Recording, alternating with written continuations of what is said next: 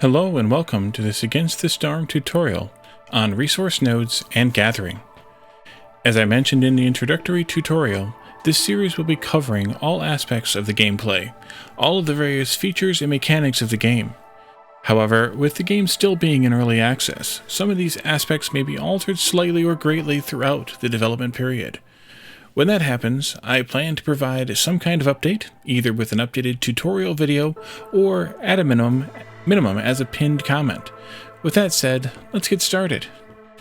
So there are three main types of resources you can gather, or three main types of nodes you can gather resources from. The first are trees. Trees are a good source of wood, of course, and depending on what biome you're in, the trees can also be a source of various types of other materials.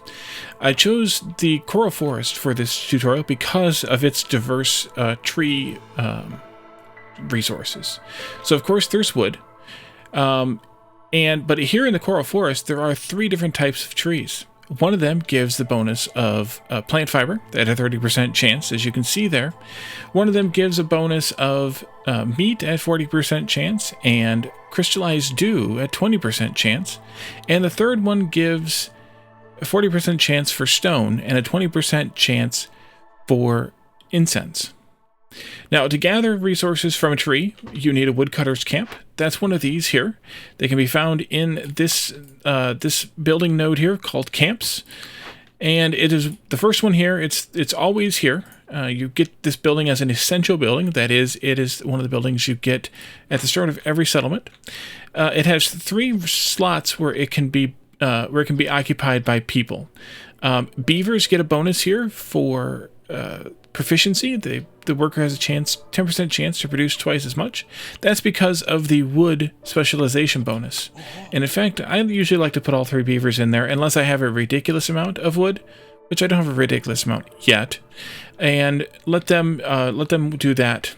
Then we have so then they will gather anything that's in the range denoted by the green circle, the green box here, but they will, if you have this checkbox checked, cut only marked trees, they will only cut marked trees, and you have to mark the trees using this green X button right here.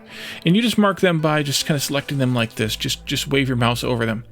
You can also tell them to avoid opening glades by default, so they won't cut the last tree right on the edge of the glade. They will wait for you to come and tell them to do it. Both of these settings are local to every woodcutter, and they are global in the options menu. They're down here under control. No, they're down here under gameplay.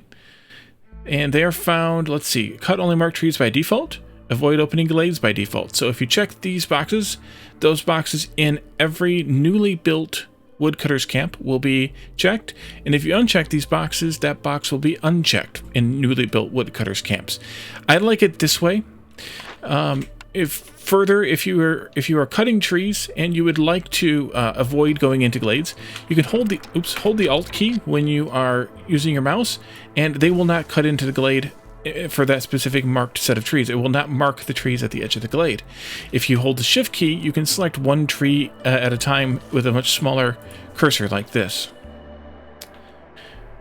So that's our first type of resource. That is the trees, and that's how you gather them. In other biomes, the trees have different resources, so make sure you check the trees in that biome to see what their bonus resources are. This is the only biome of the five that has multiple different types of trees. So if you're unsure, you only have to check one tree in any other biome, but these ones you need to make sure you look at all three types: the plate leaf, the mussel sprout, and the crimson reach. The second type of resource is resources found on the ground. That's things like these moss broccoli, which it will tell you how many charges there are and what bonus resources it gives. I'm pretty sure that they give different resources depending on what glade you're in or what biome you're in, but that actually may not be entirely true. Eggs here, there are two different types of eggs: snake eggs and bird eggs. These are the snake eggs. They give different bonus resources depending which type of eggs they are. Here's the bird eggs over here. They give meat, whereas the snake eggs give leather. The broccoli, no, I don't think I was correct. I think these will give these resources in every biome. There's also small and large resource nodes here. The large ones can have 4 times as many charges. You can see the list of charges there. And they usually will give a larger bonus per harvest than their small counterparts. Now, I don't think I have... Oh, I do have. So the large moss broccoli gives 20% roots, 30% bugs. The small ones do as well. Okay, so it's not always. Sometimes they give a large bonus, sometimes they don't. It seems like maybe the insects do, and maybe the eggs do, and the meat as well. Maybe it's just those types of things that give the extra bonuses. There are also a few other things, including stone here and coal here. Each type of resources is gathered from a different type of gathering building. That's shown at the bottom of the tooltip, in this case the Forager's Camp. For the broccoli, the Forager's Camp, I have one built over here. This will collect vegetables, grain, and insects. You can, as I showed in the buildings tutorial, you can select and deselect any of these recipes. If you want them to only focus on certain types of resources, you can set the priority to have them focus on those before others. And you can, of course, move these around at will to new nodes once you've consumed all of a previous node. So for the Forager Camp, maybe we want to put that right here next to this moss broccoli. And then we want to assign a couple of humans to this because humans have the farming bonus. So let's throw a couple of humans at this. And you can see here they have the 10% chance to produce twice as much proficiency. You can also see on the edge of the map, there are these little arrow bubbles here that tell you which direction the selected camp can find more possible nodes in. So if you've run out of broccoli on this one, you can say, oh, I can come up here and I can get more broccoli, or I can come up here and get bugs, and so on. Then we also have a harvester's camp, which is used to gather plant fiber and reeds. I do happen to have some reeds up here as well, so we're going to put that up here. This has no racial bonus, so we're just going to throw maybe a couple of lizards at this.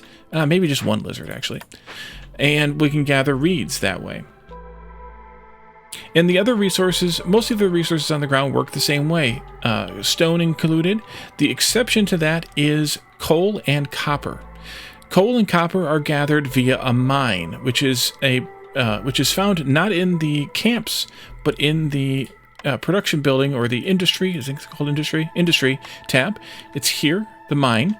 You put that over top of, unlike the other resource nodes where you put it next to, you put it over top of the resources, and then, as I have some here, they will pick up the resources that are underneath them and gather those resources, in this case some coal, until they go through all the charges. Coal has a secondary chance to give stone. Copper is the other mineable resource. It has a secondary chance to give clay. So I have lots of coal here, which means I'll have lots of stone available. One more thing for the mines is the upgrades section here. Every mine can be upgraded to have a pit pony, which increases the production speed by 50% and also reveals an additional deposit. In this case, 80 coal. We have the mine carts, which are an automated mine cart that will help transport resources to storage. So if you have a mine that is somewhat far from storage, and these are somewhat far, they're not super far, but they're somewhat far, then you don't have to spend time transporting resources. They'll automatically go to storage. And it still unlocks the additional 80 coal level. Finally, you have Box Crib, which is an additional mine tunnel that gives 110 coal. This does not give you any other bonus, but it does give you more resources. So you kind of have to weigh back and forth here. In this specific case, I don't think I would take this one because we have so much other coal available that I think I would take probably in this case the mine carts because of the distance here rather than the production speed, but the production speed would be a nice benefit here too. That upgrade can be purchased with 6 simple tools and 20 bricks or 20 planks. 15 bricks, I'm sorry, or 20 planks, and then you just purchase the upgrade. Until you have exhausted both mine levels and and all the resources underneath, do not delete the mine, because you can go to the next level and then get more resources. Once all of your resources are gone and you've unlocked both levels, then it's safe to delete the mine. That is actually a new change, so if you've watched series that are a little bit older, the mine works completely differently than it used to. The third type of resource is farming. Farming is provided by some fields that are found on the ground, and actually let me delete one of these just so I can show you what they look like. They look like this green fertile soil here, this little green grass. You can find them in various glades. Depending on the biome, sometimes they're more common than not. It will tell you here how common the fertile soil is going to be. I think in every biome but the marshlands, it's average. In marshlands, it's low, but then there are some world map modifier tiles that will increase the amount. So in some cases, you will have so much that it'll make you sick. And let's just build a farm field on top of that one. And then you can also have one of 3, 4. I always forget there's at least 3, but possibly 4 different types of farm buildings. Small farm, herb garden, and plantation are the 3 that I'm remembering right now. There may be a 4th one. If there is, I apologize that I'm leaving it out. Each one provides the ability to gather gather 2 different types of resources, but they don't just gather them; they plant them as well. They plant during the drizzle season, which is the first season, and they harvest during the clearance season. The resources are defined based on the star level and any modifiers you may have. In this case, this is just a bonus yield modifier. 1 star will yield 3, 2 stars will yield 6. All small farms have this set of recipes. All herb gardens have the same set of recipes. All plantations have the same set of recipes. I almost just thought of the 4th one, and now I've forgotten it again. It was there. If you want to browse, you can always browse the buildings tree here in the Atlas to find any other farm buildings, but it's a little tough to find because they're not like filtered or grouped or anything. But I wanted to show you a couple of other buildings here anyway. One of those is the clay pit. The clay pit must also be placed on fertile soil. It takes up a 2x2 square. It has to be a fully square 2x2 square that you're placing it on. It doesn't have to cover the whole patch, but it has to cover exactly 4 tiles in that 2x2 square. It will harvest clay and reeds from the ground, from itself. Every 51 seconds in this case. It costs you spark dew, so you need to have a spark dew collector, a rain collector. And it has 3 spots, so every worker can gather every 51 seconds in this case. And the other one is that just slipped my brain too what the other one is. Greenhouse. There it is. The greenhouse has mushrooms and herbs, both at 2 stars, and the same thing goes here with the spark dew. Grove. That's the 4th one. The grove can produce resin and crystallized dew. And this has a wood bonus, not a planting bonus. So you want to put beavers in your grove if you want the bonus. So that's the 4th type of farm, along with the herb garden and the plantation and the small farm that we have selected. Plantation, here it is. Berries and plant fiber here. And then I didn't actually read out what the herb garden was. Roots and herbs here. I think that's all of them now. But there is actually one additional farm building. That's called the homestead. This one you can only get from finding it randomly in a forbidden glade. It will appear. It will have a lot of fields around it, like dozens of fields around it. And it can grow these 4 items at these star levels. So there's 3 stars in here, 2s and 3s. So much more production value here. But it is extremely rare because it can only be found in forbidden glades. So that is the 3rd type of resource gathering, farming. One other thing you can do with the resource nodes that you have available to you is delete them. If you choose the delete button, you can actually delete a patch. This is, you don't get anything for doing it. It just clears the spot. It's kind of rare to want to do, but you can delete a patch if you would like to. And then one final thing on the resources on the ground is you can set the priority of them.